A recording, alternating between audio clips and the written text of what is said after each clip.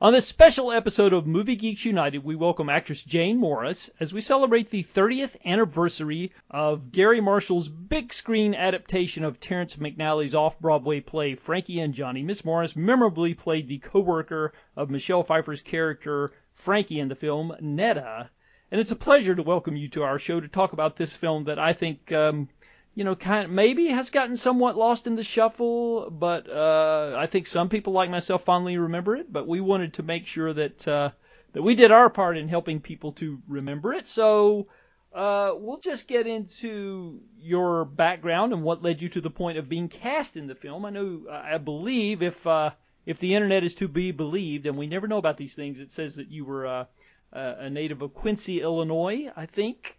I am a native of Quincy, Illinois, yeah. Okay, all right. And then you were involved in the Second City, so we can talk a little bit about that if you want to tell us a little bit about how that all came to be. Yeah, because that's actually how I got cast in the movie. Okay, so, great.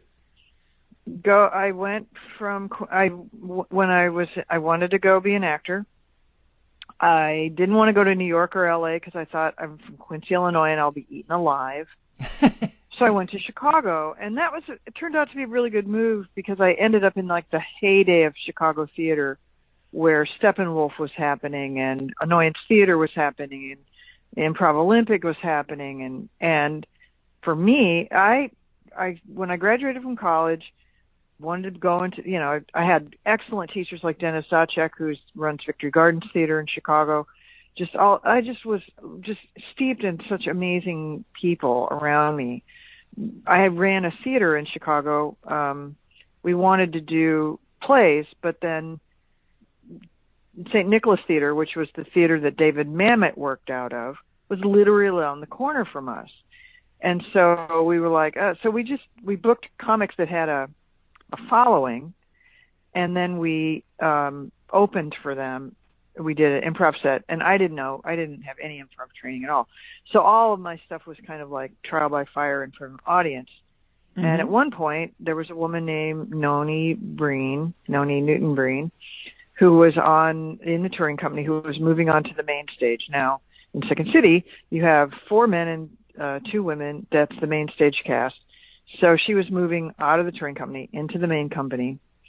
And she said, I haven't seen anybody that's any good around here. You should audition.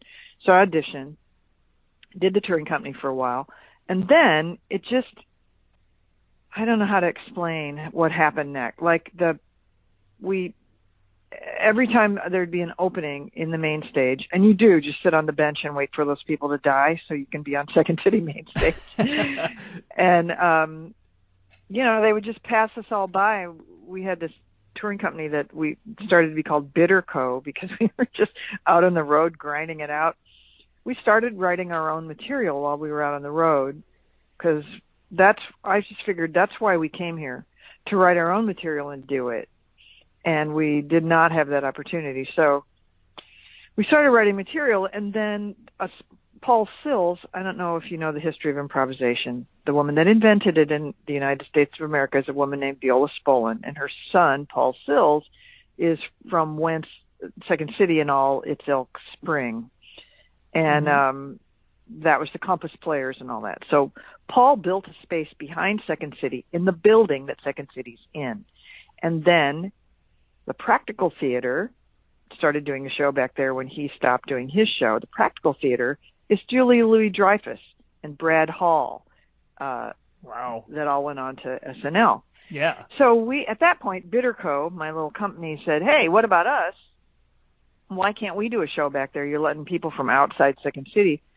So we alternated with, they were called Practical Theater, and we eventually opened a show. And that's like a whole long story. I won't go. That was a crazy thing because Second City did not want us to do that, and we did it. So the Second City ETC is still there after, let me think, we're close to 40 years now. The Second City ETC was there. Our second show is a show called, I can't remember the name of the show, Mirrors at the Border. And we did this coffee shop scene. And it was these 3 people in a coffee shop, and I played this character. We called her One-Lunged Connie because there was this woman that used to come into my father's little grocery store in Quincy, Illinois, who was like kind of sideways. And I was a kid, and my mom was so funny, and I'm like, what's her deal? And she said, oh, she only has one lung. She was kind of listing to one side. So I played her in this coffee shop scene, and one night Gary Marshall was in the audience. End of story. Ooh, wow. Then here's the thing about Gary Marshall. Memory like an elephant.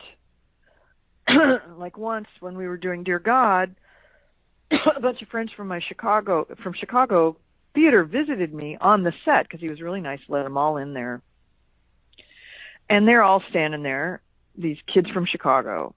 And all of a sudden he just rears back, looks at this really big, tall black man named Michael Shepard, excellent, amazing actor, looks up at him and goes, I know you. You were in that comic book play. And they're all looking like, what is he talking about? Well, this was indeed the cast of Linda Berry's The Good Times Are Killing Me. Wow. But it was like 10 years later, and he's like on a sound stage going, I know you. You were in a show I saw 10 years ago. That's Gary Marshall. Like, whoa. So he wanted to hire, our first show was called Cows on Ice, and then I think it was Mirrors at the Border that, he saw that one. And he hired all of us basically to be the advertising staff of Nothing in Common. Yeah, right. And so we all went out to LA, and a couple people stayed out here, and we did Nothing in Common. Some of it shot in Chicago, and some of it shot in LA, and that was also Jackie Gleason, Tom Hanks. Couldn't have been nicer. He did sets with us back in Chicago at Second City. We just had a blast. And then cut to, so all during that time from work, then we finally moved out in 89. So all during that time, we were doing Gary Marshall movies, right? So we did Nothing in Common, we did Pretty Woman, and during all that, Gary would call us when he wanted to do a table read. And when you went to the table read, you were usually reading a few parts, and he would say, you're not auditioning, just read the lines, don't make a meal out of what you're doing here, just read it. Mm-hmm. So I get a call for this movie, Frankie and Johnny, to do a table read, and it was at Penny Marshall's house. And I get the script, and I am reading several parts, and one of them is Netta. But because of his admonition about other table reads, I read the part, and I'm like, wow, that's like that coffee shop woman. And I still was doing her all the time on stage because we improvised stuff out of the newspaper when we did this scene.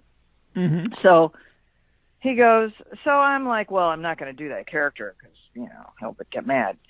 And there was a buffet. And at the buffet, he comes over to me and he says, that character you do in the coffee shop? And again, he hasn't seen it in I don't know how many years. I want you to do that when you read Netta. So it turns out that he wrote that part in the script, or had that part written into the script for me to do that character. Wow, that's and impressive. Then, unbeknownst to me, right? So we do it. And every time we did a table read, it was somebody else. The first one was Penny Marshall and Hector Elizondo as Frankie and Johnny. And then, I don't remember, there was a couple more in there. And every time we went, there would be different people, but some of the same people. So now we're all like looking at each other like, are we auditioning? It's like it just kept going. And then one day, I don't know if you've ever heard of Taylor Negron, who was yes, dreamily hilarious guy to hang out with. Oh, I can imagine. Well, we come into the next table read, and Taylor and I are standing there, and it's Laurie Metcalf is Frankie on this round, and we have a very small table, and it's round, and we're waiting. We don't know why this doesn't start. In walks Al Pacino. And Taylor says to me, are we just going to pretend we're all like super cool and we don't really care that we're in a tiny room with Al Pacino? I'm like, yes, Taylor, yes, we are. And now it's Al Pacino reading. And then people started getting fruit baskets. And then they weren't asked back. So we'd be calling each other going, did you get a fruit basket? And next thing you know, I'm cast in this movie. And here we go. That's what happened. That's amazing. That's an interesting story. Now, before we get into Frankie and Johnny, I do want to ask you a question about, I know this is not related to Frankie and Johnny, but Nothing in Common, obviously Jackie Gleason's final film, and I would be remiss if I didn't mention, or ask rather, if you had any Jackie Gleason stories with him being such a legend as he was. I sort of do, because, he was not well at that point. Mm-hmm. His autobiography or biography had just come out. It was, Mm-hmm. A lot of people were having Jackie Gleason sign his book. I never had the nerve to go up to him. Other people did. But the thing that would happen is Gary likes to play. So you'll do a scene, you'll improvise the scene, he just likes to play, Mm-hmm.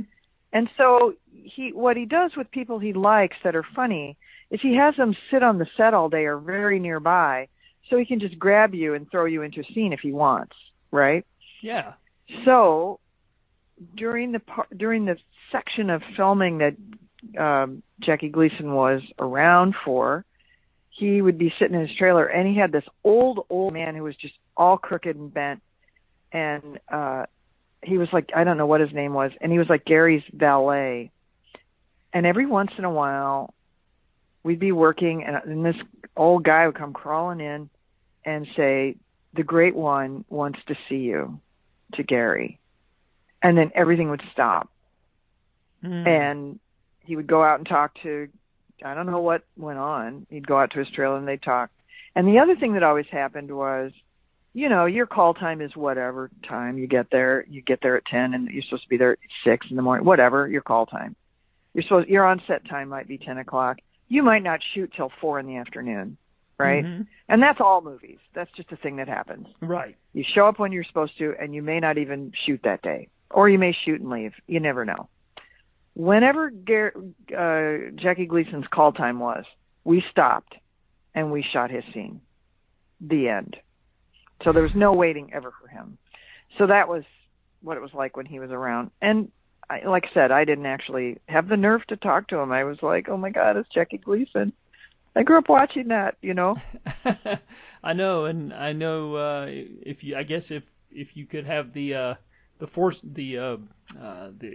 able to predict the future and see the future rather, and to know that he wouldn't be around very much longer after that, that would have made it. I think I would have gotten my butt over there and right, yeah. at least shook his hand or something. Of course, this is before cell phones and selfies. That's right. Yeah, absolutely. What you're lucky is if the on-set camera guy, takes stills. Mm-hmm. I have a million pictures, stills, background stuff from Frankie and Johnny. Because the guy sent me them all. He let me just take whatever I wanted. Oh, I bet those are fantastic to look at. I would be. Yeah, I've got some really good ones. Oh, amazing! I can't even begin to imagine how wonderful that would be.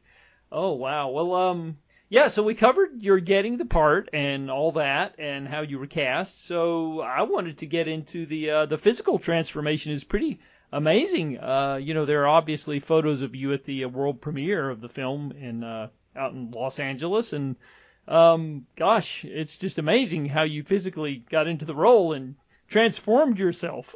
Well, I was 38 at the time, I think. That sounds about right. 37, 38, somewhere in there. Maybe I was 36 when we were shooting. Mm-hmm. Anyway, that's how old I was. And the sad news is it wasn't much of a it's like if I gas my hair back, wear almost no makeup, mm-hmm. and shape myself like the character, that's about it. Well, that's the sad news.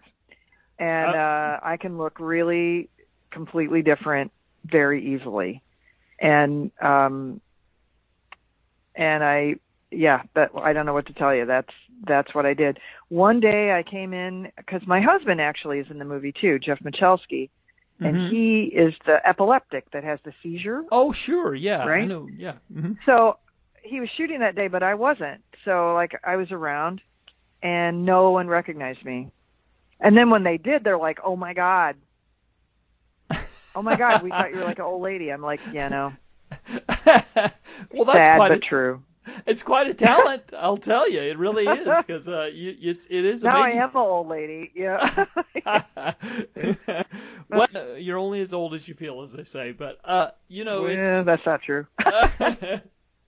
Well, yeah, I know. I'm starting to. I just turned 51 myself just the other day, so I'm starting to have some aches and Your pains here and warranty's there. off. Yeah, that's right. It's getting there. Yeah, so I can relate. I can relate. But yeah, it's pretty amazing. I think what you did with the part and how you because it is you would not know, and I did know that you were not nearly as old as the character. So it was. Yeah, the thing is, I played that character on stage a lot for a long time. And so I just kind of knew her in and out, and when I played her on stage, she was improvised. So you really got to know her, what kind of quippy things she would say. Yeah. Like, there's that moment where we're dancing we have that whole dance, the party. Oh, yeah, right. And she says, she suddenly goes, "Oh, my bra broke," or something like that. That's right. And then I come back out, and, again, Gary would just let us go. And he said, I think he said to me, "So, Netta, are you braless?" And I said, "At my age, I just tuck them in my pants." And it brought the crew down, but that's the kind of shit she used to say on stage, pardon my French. And, right, no, it's all good. And so I'm like, but they cut, they didn't use it. Mm-hmm. Oh, that would have been great. Yeah, I think they might say, "Are you he says something to me. I don't know what. I can't remember what happened what they left in.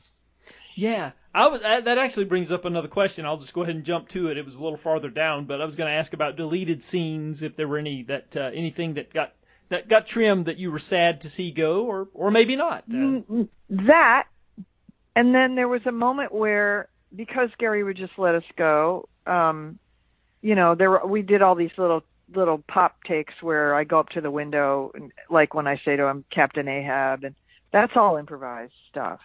And so, and then he would say something back to me, and then I would say something back to him. And, cause I didn't know where I should stop. You know what I mean? Like, I can always say one more thing. And then at one point, Gary or somebody pulled me aside and said, "On the next thing, where whatever you say, whatever he says back to you, don't let it end there." So I kind of knew that probably came from Al, but that's good. People know what they're comfortable with and where they want to play. So that, I like to know what the parameters are. You know what I mean? It's not a weird thing at all. So there was that kind of thing. And then there's stuff in there that looks like it's like, so again, I'm an improviser, right? Mm-hmm. So there's a little pop scene where she's trying to get a pie out of the pie thing that spins around. Oh yeah, right. And they wanted to do an outtake reel, and so they wanted to play a joke on me. And what they did is they made it not stop and spin real fast, and I'm still trying to get the pie out of there. And then that was just going to go in the gag reel. Mm-hmm. But to me, it just seemed funny, and so I just kept playing, and I didn't stop and go, "What's going on?" Or, I just kept playing. And I started yelling, "Nick, Nick." Now, I think Nick was the guy that rigged it. So they all thought I was yelling for the prop guy or whatever. But Nick was the name of Hector Elizondo's character. And I was calling for Nick, saying, "Nick, Nick, this thing's gone crazy," right? Mm-hmm. So they were able to leave that in. But they were really just trying to get me, Yeah, how fortuitous is that, as they say. Oh, that's great. Yeah. Yeah. So, working with Pacino, I guess, was a little, that was obvious. I think that was the first time for you working with him, as you mentioned before. So I'm sure that was a new experience. If you have any stories there you want to talk about that, or he's like an actor's actor. He's super easy to work with. He has insomnia. He's just in the scene with you, and I just thought he was.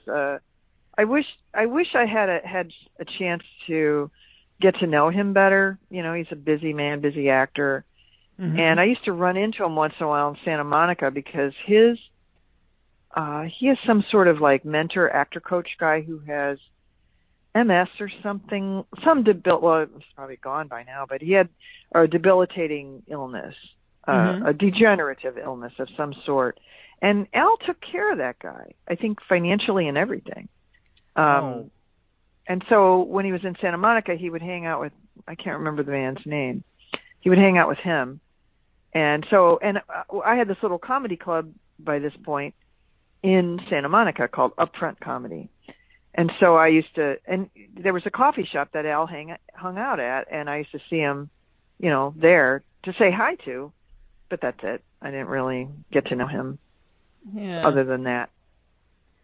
Yeah, I guess he was probably onto something else after the film wrapped. Yeah. I'm sure, yeah. The people I made big buddies with were, I'm blanking on, I made a big buddy with, I suddenly can't think of his name. He's so fun. Greg Lewis. He's the big cook, the big Greek cook. Oh yeah, and sure. He was like, as a kid, he was standing on a street corner playing the harmonica, and this is, somebody came up to him and said, "Hey kid, want to be in show business?" And he joined the Harmonicats, and as a teenager, skipped school, joined the Harmonicats, went on the road, and the rest is history. He's a delightful guy. And this guy named Bill Brunner, who was a punch-up writer for Gary and had been with him all through all the TV stuff and all that. He and I became pals. And I can tell you a couple stories that so those people that were in the diner, those old men that were in the diner, those are Gary's old pals. He goes to ball games with them. They play ball. They play basketball. It's like, that's who's in the diner. And it's like Roy Campanella, Phil Leeds, who was like the nastiest old man you ever met, and Greg and Lewis, and and I would come in and they would be sitting there in their their director chairs, and they would be like, one day they would just be on a joke run where they were just like topping each other with joke telling, stuff like that. One day I came in and they were discussing who was the meanest man in Hollywood. And they would float, this went on, and I came in the middle of the discussion, right? So they're on it. And they're like, they'd float a name, and then somebody would go, well, he was nice to my kid, or, blah, blah, blah. Meanest man went through Milton Berle, all these people. No, he knew my kid liked the Cubs, and he brought him every Cubs thing there was, and, just whatever thing. And then all of a sudden, somebody said, Bob Hope, and they all went, oh, yep, that's who it is. And they shut up, and they went and got coffee. They were done. One day I came in, and Danny Thomas had died, and they literally, it was like a scene from a movie. They were in their director's chairs. They all had a newspaper, and the newspaper said on it, Danny Thomas is dead. Just like a movie. And then Phil Leeds, who was indeed the nastiest one of them all, put his newspaper down, and he said, well, you can't speak ill of the dead. And they all went, right, you can't. And they put their newspapers down and nobody said one word. Silence speaks volumes. Oh, gosh. Crazy. That's great. Yeah. Well, obviously you had a lot of scenes with Michelle Pfeiffer and Kate Neligan, so and you guys all worked together so well. Yeah, your chemistry was I fantastic. thought Michelle Pfeiffer was just lovely. Again, I wish I had gotten to know her better. She's like a girl from Orange County. She's just, when she's bowling and you see all those strikes? That's right. her. Wow. She can bowl. And, we went out to the bowling alley and here's a good one. So we're driving out to the bowling alley and it was me and Kate Neligan, Nathan Lane, Al Pacino, Michelle Pfeiffer in a van to go bowl. Like we had to practice bowling or something, I guess. And so they drive us out in this van to the bowling alley, and they were telling stories of like being in big movies and being on the road. And I'm just, the girl from Quincy, like I'm not. So they're telling what it's like to be in Italy and get sick, say, or whatever. And I don't know how it came up, but they were talking about love scenes, nude scenes, whatever. And the producer lady said to them, oh, by the way, you get to decide what you want to do for your love scenes. Do you want a body double? Do you want to be dressed, not dressed, partially dressed? Like, you get to decide, but I need to know what your decision is, which prompted Michelle Pfeiffer to tell this story of doing, was it Around Midnight? Is that what it's called? Whatever. She's in this movie. I think it was George Lucas was the director, I think. Again, the story is a long time ago. And they wanted to do a scene with her shot from the back, that she would be nude, but you'd only see her from the back. And she said, well, I'll do it if you don't have the crack of my ass in the shot. And they said, gotcha. We won't do it. In fact, we'll let you see the shot, after we shoot it, so you can see that the crack of your ass is not in it. And so they do this, they shoot it. Well, the thing is, when you look at the dailies, what you're seeing is it's just a little bit bigger than what's actually going to be in the frame that you're going to see in the film. And it was maybe her first movie, and she didn't know that. So the crack of her ass is in the shot, but it won't be in the shot, right? Mm-hmm. And she had a fit because the crack of her ass was in the movie. She thought it was going to be in the movie. She threw a fit. And she's not a fit thrower either, by the way. She's a really nice woman. And all I could think was, this is never something I'm ever in my life going to have to worry about. Not ever, not once. Whether the crack of my ass will be in a film. That's hilarious. I was trying to figure out which film that was. I'm seeing it around that time. She did Into the Night and Lady Hawk. Maybe that's what it was, Into the Night. Is that a George Lucas? Yeah, I feel like it was George Lucas. I remember she said who the director was, what the movie was. And I had a picture of what the movie was, and I might have had it wrong just in my head, when she was saying it. So. Yeah, that was John Landis, and I could see that happening on a John Landis set. So, because he was he was known for his... That's what it was, not John Lucas, John Landis. That's okay, what it was. That's right. We narrowed it down, Into the Night. Okay, good. Yeah. I was just curious about that. Oh yeah, well, that is great, and that's a great Kate scene. Neligan. Oh yeah, yes. I'm sorry. Get back to that. I can tell you a good Kelly, and she got along. In fact, I happen to know, although I didn't see it, she got a Best Supporting Actress, like Oscar, I don't know what they call them, in England for Frankie and Johnny. And in her acceptance speech, she thanked me, which I thought was really nice, but I never got to hear that. But she and I got along really well. And again, I wish I had been able to keep in touch with her.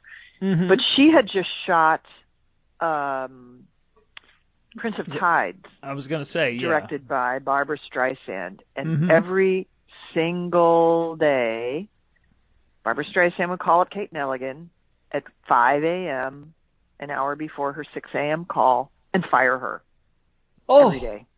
Wow. And just like every single day, it was some crazy, light. They'd take hours and hours between light. It was a nightmare. A nightmare. And when we got there on the first day, she said, let's have lunch. And, we just went out to a restaurant and it was like a table read or something. We just went out to lunch, the two of us. And she told me all about all this. And she was literally like,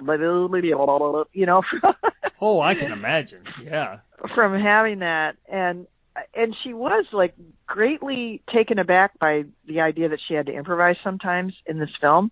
And of course, Nathan Lane is a superb improviser. He started out as an improviser in an improvising duo. That's what put him on the map in the first place. So I think she felt a little like, oh, these people are really good at what, and I don't know what I'm doing. And it's like, Kate, it's just, you're doing it now. We're doing it now. There's no script for your life. That's what you do. You improvise. Somebody says something and you respond. That's it. That is amazing. I cannot imagine how she had to, how tough that must have been for her to shift gears between working with a director like Barbara Streisand and then going to Gary Marshall, who's so much more, it's a totally different experience. I can't either. And at the time, I feel like I didn't I didn't catch that in my brain well enough. I think I could have calmed her down more. Yeah. Not that she was totally freaked out, but she was a little freaked out. Yeah, there was probably a little PTSD, shall we say? Yeah, she was she's a trooper. That one. Yeah, but I guess she had the last laugh because she did get the Oscar nomination for Prince of Tide, so that year. So oh yeah, there you go. It all worked out for the best, as they say. Well, and yeah, I was going to mention Nathan Lane too, but you just kind of covered that. I know you have the great scene where you guys are bowling, as you mentioned, and that's really that's a good scene. I like that, where the kind of the whole cast gets to, all the principals there are all in one place, and those twins. Oh yes, that too. The twins. Gary put them in all his movies. The twins, and the first AD, who Ellen Schwartz. She's always his first AD, and Ellen is a scream. She's so fun. They referred to them as the Spielberg sisters because they thought they looked like Steven Spielberg. Wow. I would not have guessed that. That's not something that I would have. That's not the first. No, me neither. I'm like, what? I can't even think what he looks like. Do they look like him? But not like that. No, not like that. What was your? I'm just curious. What's your reaction to the first cut when it was all cut together and the first time you got to see it?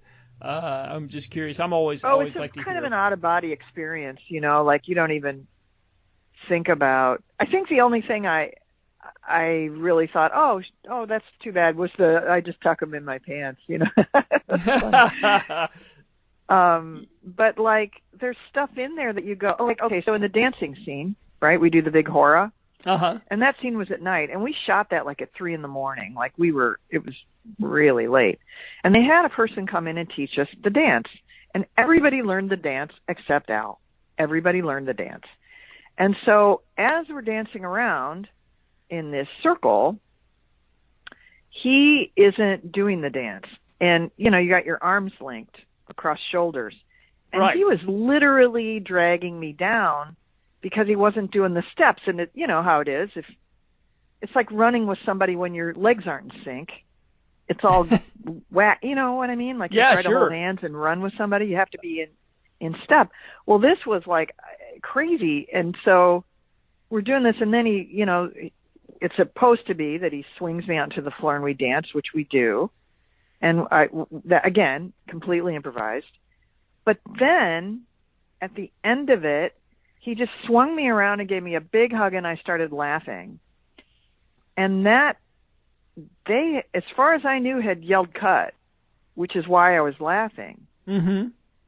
And because they had to, put the music in post, they left all that in. So me laughing is in there. But I thought we were cut. Right. Or I wouldn't have been laughing. I do remember that now that you mention it. I sure do. Yeah. Stuff like that where you go, oh, man. Yeah. That was I wasn't acting at all. That was me laughing at the end of a scene. That is surreal when things like that happen. You're right. That's a good way to put it. Yeah, and then there was the reception was pretty good in general. I know there was a lot riding on this film to some degree because Gary had such a hit the year before with Pretty Woman was such a runaway hit, and so everybody was curious to see what he was going to do next, and this was the next project after Pretty Woman. And I think what happened, and you'll have to look this up, and but I think I'm right about this. It opened on the weekend of the Anita Hill trial. Yeah, I think you may be right, yes. And that everybody was home watching that. And literally that thing was shown on the weekend, like the whole thing. It wasn't just, they didn't break over the weekend. They kept going. Right. And so it really affected the box office that people were glued to their TV sets that weekend. Yeah, that is true because that was going on at that same time, and I think you're absolutely correct about that. And I always thought it was sad that it didn't do the numbers. I mean, nobody was expecting it to do Pretty Woman numbers. I know because of that would have been hard to reach. Right. But still, I remember Mike He Clark. finally achieved it again with Princess Diaries. Yeah, that he did. Yes, he did. He did it again. But yes, I remember Mike Clark in the USA Today. He gave it, I remember, just shy of a 4-star review. He gave it 3.5 or something, and that was nice. was my first. I remember reading that review, and this was at a pivotal time for me because I was in my early 20s, and I had just, at that point, movies were, somewhat of a just entertainment for me, and I was getting into that phase of my life where I saw them as more than just entertainment, where they could reflect the state of a person's, teach you things about your own emotional state that you may not be aware of, and things of that nature, the deeper stuff. And this film really connected very deeply with me. I saw it on the Monday after it came out that weekend, and I just remember, I think there were only a handful, maybe 2 or 3 other people in the theater, and I just remember sitting there and just being very emotionally overwhelmed by the power of it, especially in the final scenes, and just